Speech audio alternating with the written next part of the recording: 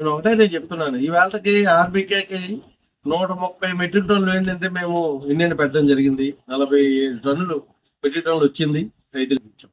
అదే విధంగా మన గురుగుండ మండలంలో షాపులు ఉన్నాయి. 229 మెట్రిక్ టన్నులు తెచ్చారు.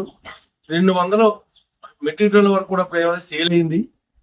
గవర్నమెంట్ ఏదైతే రేటు నిర్ణయించిందో ఆ రేటుకే ఇస్తున్నారు తప్ప గత ప్రభుత్వం లాగా ఏంటంటే బ్లాక్ నమ్ముకునే పరిస్థితి లేదు.